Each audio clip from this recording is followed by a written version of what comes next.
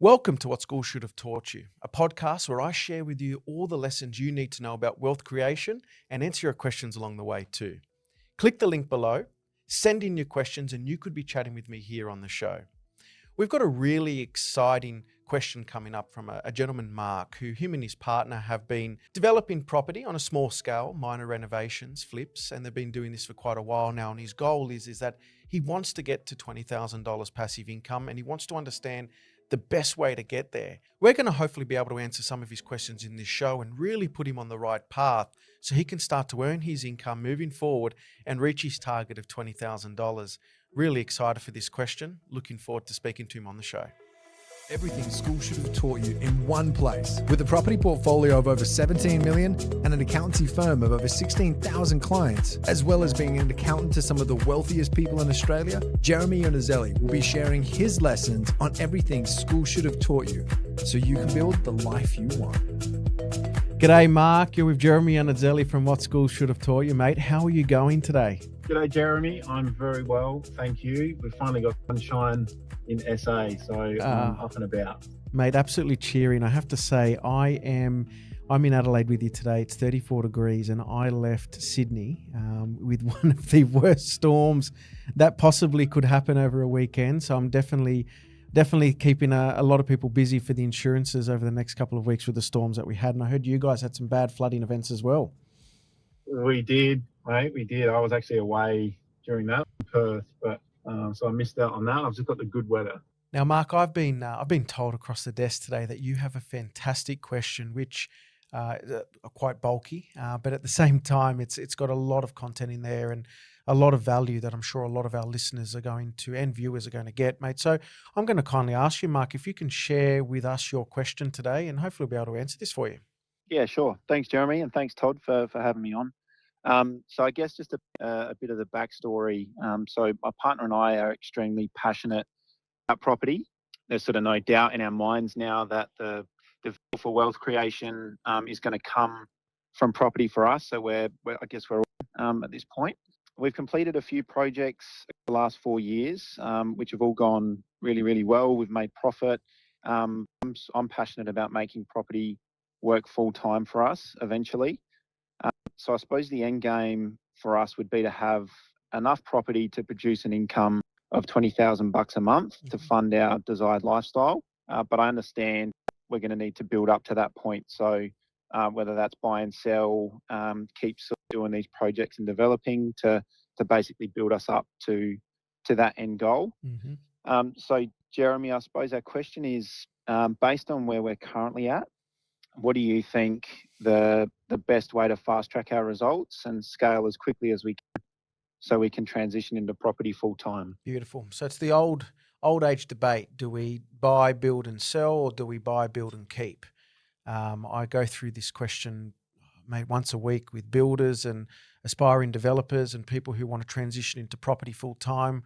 We've all watched The Block. We love it. We enjoy it. It comes with glitz and glamour, but we forget about the hard work. But hearing about yourself and your partner going through your journey over the last 4 or 5 years and having a number of projects under your belt, it sounds to me like you're getting there. And as far as cracking the code is concerned, you know, you're probably not far off. Now, I'm going to ask just a couple of questions, and I'm going to start with the very first one. Now, I'm assuming that when you're doing all your developments, you're doing them via corporate structure. Is that correct, Mark?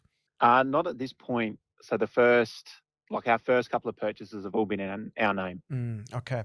So definitely what I would probably say the first action point would be is that we do need to make sure that the business plan attached for every development or every property that we buy needs to be there, because the right structure, well, you know, the structure is only as good as the business plan that we're provided, but the right structure is going to help you get there quicker. It's going to give you an opportunity of retaining a far substantial amount more cash, after tax is taken into consideration as well. So they're one of the main things that we'll touch upon. But I'll probably start with the first point, the age-old question, are we developer, are we investor? And it sounds to me you've done about 4 or 5 developments in the past. How have you felt they've all gone? Take the money aspiration out, how have you felt the process has been? Yeah, look, I've absolutely loved it. I love a good challenge. I love the feeling of taking things potentially old or something that needs love and giving it new life.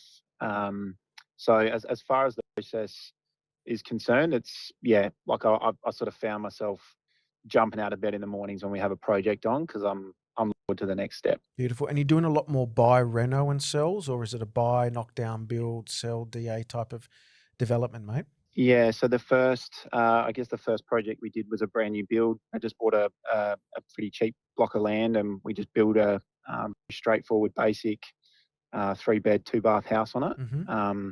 And then from there, we've done a renovation, and we've also done just a land split, so a battle axe land division. And is the goal to keep the deals, the projects relatively small like what you've done, or is the plan to, and the aspirations there to be as big as a Harry Triggerboff and Meriden building, 35 level buildings? Yeah, look, I would love to eventually get to that point, and I think, to be honest, that's probably where I'm a little bit stuck right now, because I sort of see the projects that we've done.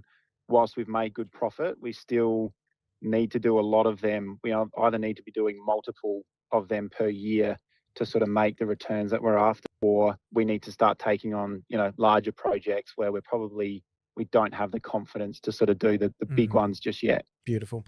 And I think that's key. And that's what I wanted to try to drag out of you, because if your goal was to, to go big or go broke, then, there's a lot of risk that comes with it. And, structure needs to be created, and capital and all hell thrown to the wind. But, to hear you say we're happy to go through the process of continuing to work on the smaller stuff, and then eventually, test our skills and go bigger, that's key, because what it does give us is an opportunity to go through just the normal journey of what every developer goes through. I've met many developers, Mark, in my time, that they bought a block of land, they built a house, they thought they made $1 million, which they did, but they really didn't make the $1 million. The land content grew so much during that time. And all of a sudden they were overnight developers, and they weren't putting together proper feasibilities, and the next deal they went bust pretty quickly. So I want to start with a couple of points that I always share. Number one, finance is every developer's problem. I don't care what anybody says. You can mitigate a lot of the building risk by choosing the right builder and going through all the mitigating questions around balance sheet and capitalization and their past history. People are pretty good at finding the right properties in the right location. If you can't, you've always got opportunities of finding the right people, like buyers agents, to do that. But finance always seems to me to be the biggest issue of all developers. Banks don't feel comfortable with what they're building. Banks don't feel comfortable with the developer. If you're a developer with a bad name, or you've had a bad suite of properties that you've built in the past, that kind of gets around the traps with the banks very quickly, and they tend to say no. So number one, developing, you've got to make sure you're locking that finance side of things. And that finance can come through private equity, or that finance could come through yourself. A lot of very wealthy developers, you'll find that they don't really use banks as much. They use themselves as the bank, and then they'll lend to their developing arm. You got to get very familiar with the terminology of a developer's triangle as well, Mark. The developer's triangle, as we all know, we've got the land component, you've got the building component, and then you've got the sales component. Generally speaking, in most cases, you'll find that developers will pay the land in cash, and that gives them an opportunity to be able to fund the build based upon this concept called gross realized valuation. So they look at the overall end valuation of the deal itself. So let's say that you bought the land for $1 million, the building's $1 million, and let's say that the bank's done a valuation and said, hey, we believe the GRV, the gross realized value of this particular property, is $3 million. So if we've got the land in cash and we've got an end valuation based upon the plans that we've done of $3 million at the moment, we've got no debt. When we go to the bank and ask them for a building loan, they'll say, look, we're comfortable to fund this overall development up to 60% of the $3 million. So that now is giving you a huge chunk of capital to finish the build and potentially pay for a lot of the interest and holding costs capitalized into the loan itself.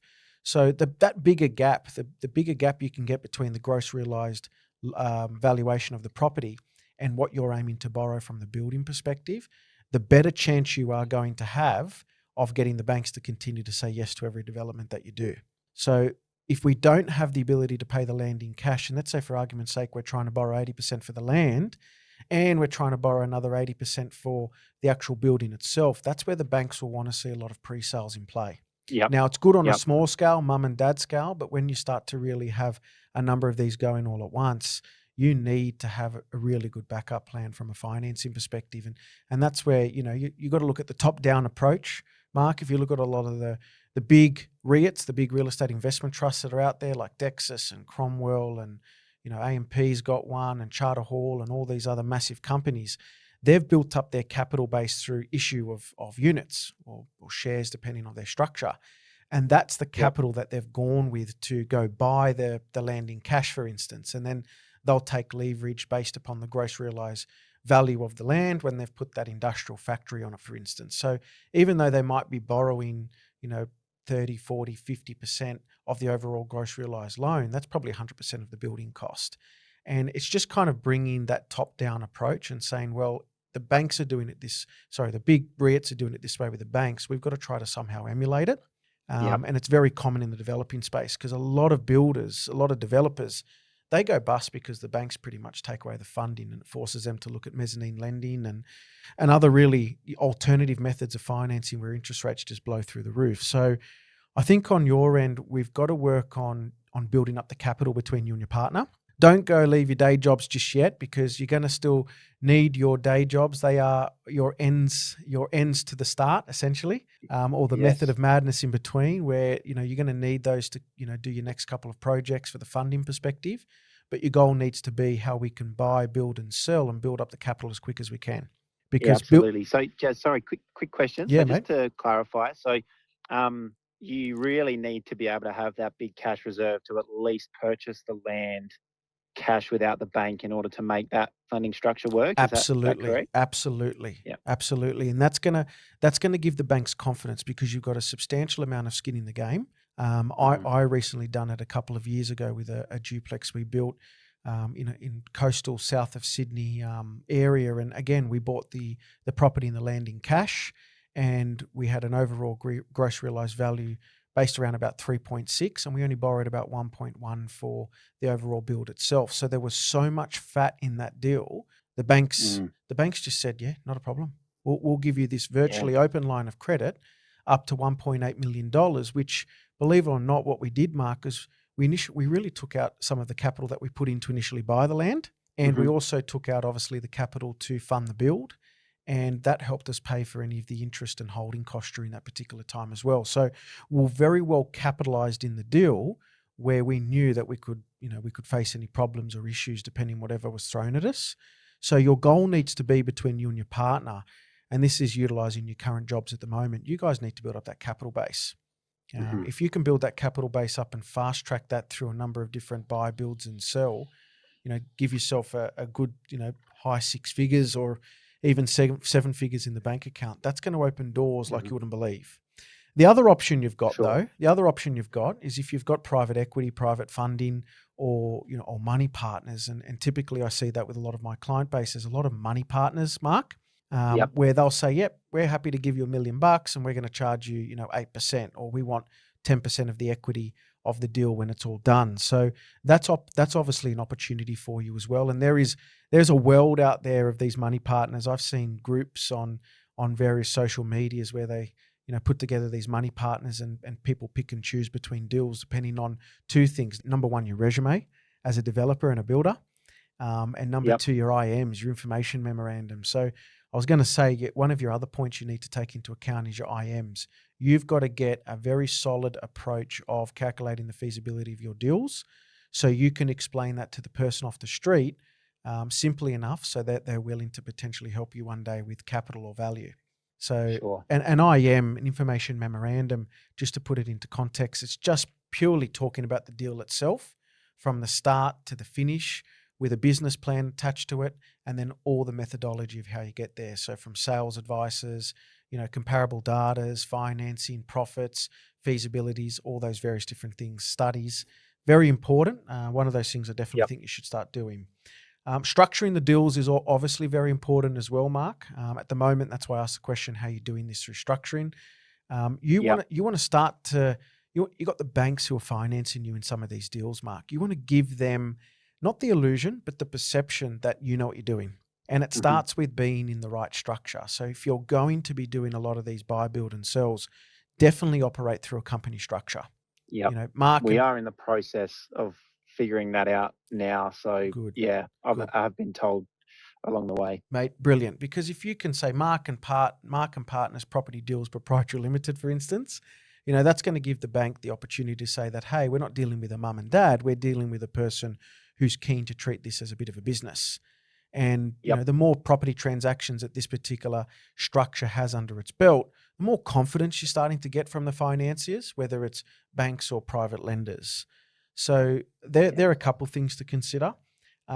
Now, I think the main thing is, and this goes back to the old age debate of, do I buy properties, invest for the long term, build up equity, sell it one day in the future and retire? Or do I Yep. buy, build and sell? What's going to get me there quicker? I'm of the opinion, now this will be quite controversial, you may agree, Mark, or many listeners out there might disagree. I'm of the opinion that residential properties are generally a growth asset. I have not met a huge amount of people who've been able to successfully retire off holding investment properties into the future because of new kitchens, roofs, gutters, hot water systems, copper pipes, plumbing. A house wasn't meant to stand for 100 years in most cases, right? They need to be knocked down and rebuilt. Yep. And hence the reason why depreciation came in with a 40-year diminishing value life cycle, because theoretically property should be rebuilt after 40 years. So for me, when you're buying a property, building it, that's the time when the property is at most cases at its peak value at that time, because it's Yep. flashy, it's shiny, it's new. And if you've done your numbers well, yes, you've bought at the right price and you've added value through the building. You've added value for a property that someone else is now willing to buy and pay for much more than what you did. So it's what the replacement value would be. I'm of the opinion that those type of deals where you're buying, renoing, sometimes selling's not a bad decision, because it's a quick way to make, when I say quick way, you put in a lot of time and effort in, but it's a way that you can make your $50,000 to $100,000. And then you can now put that into the next deal to make the 50 and 100,000, and the next deal to make the 50 to 100,000. And you're not relying on borrowing capacity to extract equity to then continue to fund the deal, which has a high level of costs associated with it. What's that high level of cost? It's interest. Every time we're pulling out equity, people think it's, money from the sky with no cost. There's interest attached to it. So I think for your end, that's going to be the best opportunity that you have to be able to build up your pool of funds quick enough to start doing more chunkier deals where the gross return, the gross amount of money you're making from the deal becomes a lot more, because again, 10% on a $1 million deal is a lot more than a, 3, 4%, 5%, 6% on a $500,000 deal, or 3% on $1 million deal is a lot more than 5% on 500,000. So bigger the denominator, the better we get. Sure. The other thing I'd like you to really think about is sometimes you don't need to keep what you've always built. And this is a problem I have with all developers. It's shiny, it's new, they've created their Picasso, and it's so hard for them to let go. Yep. Often where I've made some really good money is I've bought, built and sold, and then I've invested into somebody else's Picasso. And I saw additional value in that Picasso that they may have not seen, or I've researched a lot of the area, and there's a lot of things that are changing. So it could be, and I see this quite a bit with a lot of developers, especially larger ones, Mark. They'll build their, let's call it shop top housing. They'll build their couple of levels of commercial at the bottom, and they'll build 6, 7 levels of residential at the top. Do you know what they're flogging off in most cases? What do you reckon? They're flogging off all the residential apartments. And keeping the commercial, 1 or 2 levels of commercial at the bottom. And the reason for that is that they understand the difference in terms of what they're aiming to achieve from what they've done. The residential has provided them a growth aspect, given them quite a large chunk of cash, but they know that the commercial property is going to get them to their $20,000 per month cash flow that they require. And it may get them there a lot quicker as well. So that could be an option for you as well. Depending on what you're building, you might want to keep the more cash flow incentivized assets, and the growth assets, which they might have not the best level of return dollar for dollar. They're the ones that you might want to flog off and sell for someone else to live in and appreciate. The other thing that I do see, and I think this is important, your $20,000 per month, when I've noted here, is about $240,000 per year. On average, you're going to need probably anywhere between about a $5 to $6 million unencumbered portfolio, which is going to Yep. hopefully return you around about 5 to 5.5% return, take away some expenses, and that's going to give you your net income of roughly about the 240. So your goal Yep. needs to be, between you and your partner, how can we get to $5 to $6 million worth of assets unencumbered to achieve our $20,000 target? Now, Yep. is buying a couple of properties, if the borrowing allows you to do so, the best option? One might argue it could be. But if you can take a lot of the control into your own hands and continue your journey of buy, building and selling, recapitalizing that capital into the next deal and the next deal, and ultimately over time you can start to bring in private funders or other financiers under a GRV basis, then mate, you're going to have a very successful career as a developer. And buying and renoing is going to be the very start before we start to see you in magazines, mate, building 3, 5, and 10 and 15 level buildings. Maybe So- one day. So, what are you feeling and thinking so far after going through a couple of those things? You know, is some of this stuff new? Have you heard it before? Are there any questions you might have, mate? Yeah, look, definitely the structure piece. I know how important that is, and I think probably when we started our property journey, we didn't really think we would become developers as such. But now we sort of look back at what we've done, and it's like, oh, well, we're here now. So definitely know the importance of that. And yeah, like I say, we're through the process of getting that sorted. So that was awesome. Yeah, look, probably the piece around building up cash and being in a position to purchase in cash is something that, we lose out on deals to people who are able to offer cash purchases and stuff. So I sort of know how beneficial that is. But certainly I wasn't aware of the piece with the banks and how that looks more attractive to get finance. So that was really cool.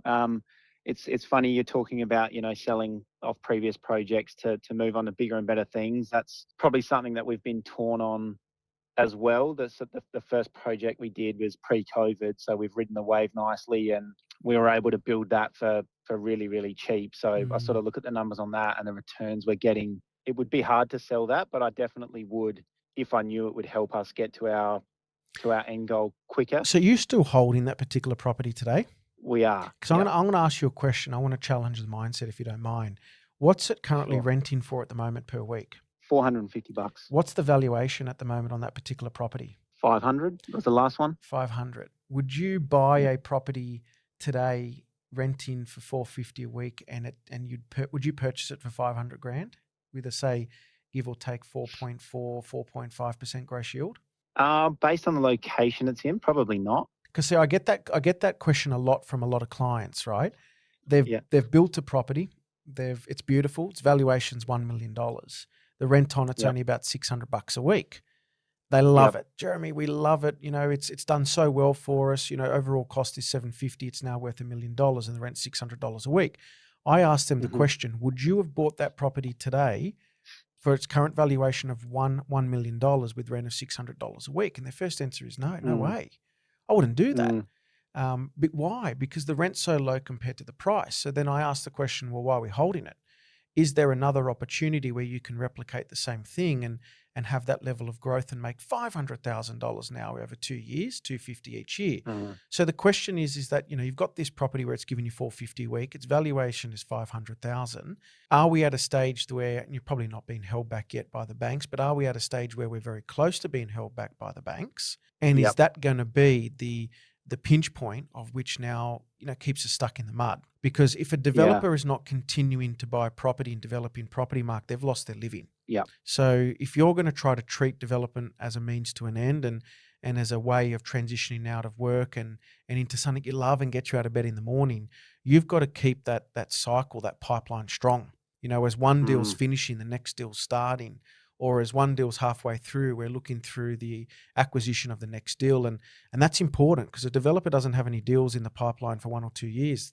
They're not a developer anymore. They're bust. Yes. So I think that's important for you. It's keeping that pipeline strong. And for the time being, as I mentioned earlier, utilizing your current employment as a means to the end to continue funding until you've built up that level of capital where you can start to say, hey, I've got enough now to devote my full attention to this, because lending's not going to be an issue because I've got so much fat and so much skin in the game that the banks are quite comfortable no matter what happens. And I've got a great resume that's been built up.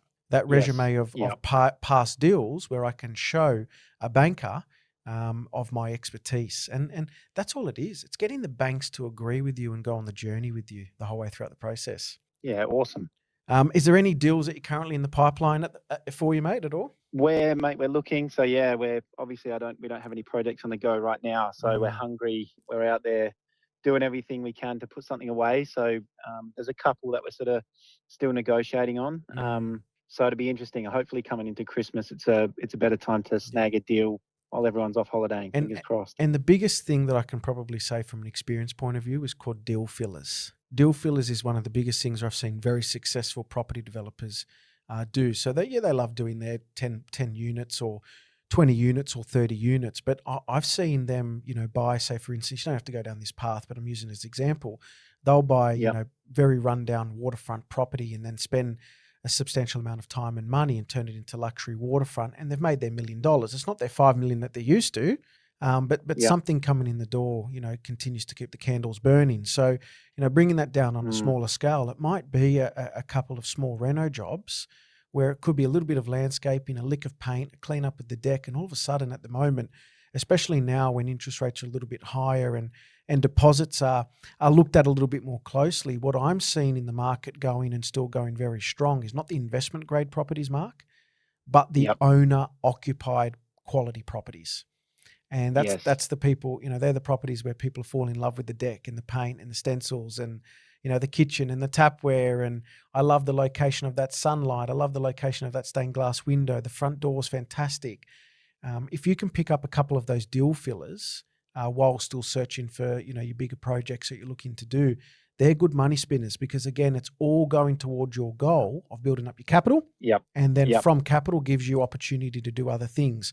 Money makes money. The more money in your hand that you have, the more opportunities and more doors you can open, Mark. Yep. No, mate, it's a really good point. Thank you. And yeah, I sort of think, we're pretty early on really in what we're doing. So as far as deals, and we'll sort of take on anything we possibly can as long as we know there's profit in it. Because I sort of think, we're still learning. So everything we do now is still a lesson, and eventually we'll get to the point where we start making the serious money. I'm sure of it. Beautiful.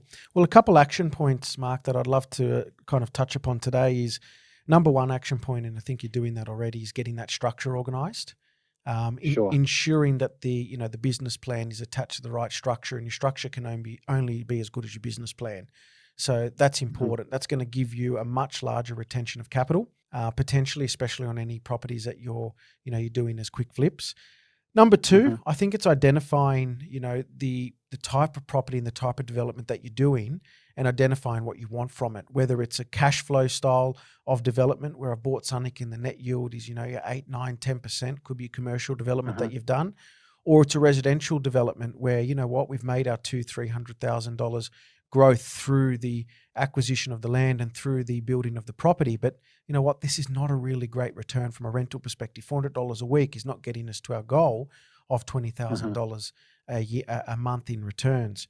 And I think identifying that $5 to $6 million as a target point of unencumbered assets, that would be action point number 3. That's our end goal. We need $5 to $6 million worth of unencumbered assets to achieve our $20,000 per month. If you can get there through some really good quality assets that you may not have built. You may have built your ones and sold them, but you may acquire those really good quality assets, somebody else's Picasso, to get you to your $5 to $6 million. Because there's no rule as a developer that says that you need to keep what you build. Yeah. The only rule I can see as a developer is you need to make money on what you do. So as long as you've got that throughout the whole process and you're working towards those level of results, mate, you and your partner are going to do very well. But just don't leave that job just yet, because I haven't met many full-time developers who have been able to fully fund from the bank or private lenders without any level of income. So I think your goal is if you can build up enough capital to acquire sites in cash, it's going to give you a great opportunity to utilize, GRV, gross realized value loans. And I think speaking with a broker or the bank about how that works and their appetite for that, because every bank's obviously got a very different appetite, but their appetite for that, I think that's going to give you a lot of the rules so you can work with inside that framework to create some really good quality property. That's awesome, Jez. Mate, thank you. Yeah, so much. It's heaps of amazing info. Really appreciate it. Mate, it's been a pleasure. I really hope that you have got a lot out of today's discussion. I've definitely enjoyed going through it with you, Mark. And mate, you just got to keep doing what you're doing. I think you've almost cracked the code. Make sure you document your whole process. That's probably one of the biggest words of advice I can give. Document the whole process. Create that resume, not for you, but to show the banks and to show other financiers. Because if you can bring those private financiers into play, you're now starting to play with the big boys, and that's how it all works, mate. A lot of the money comes from private lending or funders and JV backers or money partners, and that's what's going to give you and your partner opportunity of doing multiple deals at once. Mate, congratulations on what you've achieved so far. And thank you, Mark. It's been an absolute pleasure, and thank you for calling in to What Schools Should Have Taught You, and I've really thoroughly enjoyed our time today. Thanks, Jez. The conversation with Mark was fantastic. It was really good to see how seasoned he was and a lot of thinking that he's been doing recently and obviously creating that plan moving forward in the future. He's got a great opportunity. He's building up his experience and his knowledge, and he's got a great foundation and base to work from. I think from Mark's perspective, the biggest thing that he'll need to consider is that pipeline and getting that pipeline strong. To get into full-time developing, you really need to ensure that you've got a great stream of properties moving forward. And some really great things that have worked for me and will work for Mark is creating just a feasibility on each property and flicking that through to the agent. We've all got this fear that if we give too much information to the agent moving forward, they're going to take that and use that and do their own thing with it. But my strategy has always been is giving them the tools, giving them my numbers so they can see exactly the level of profit that I'm aiming to make. And you know what? It could help them educate their client, or it could give them an opportunity to work with you to try to find some really good properties moving forward, which meet your numbers and your criteria. Mark is on his way to getting his $20,000 per month. I think it's a great opportunity that he's put himself in to win and achieve. He just needs to really work out and become familiar with what he's built. Sometimes you need to let that go and let that go at a profit, of course. And it's not a bad thing sometimes to buy somebody else's Picasso development. It could be a great opportunity for you to get in there and reach his target, which is about $5 to $6 million of property unencumbered.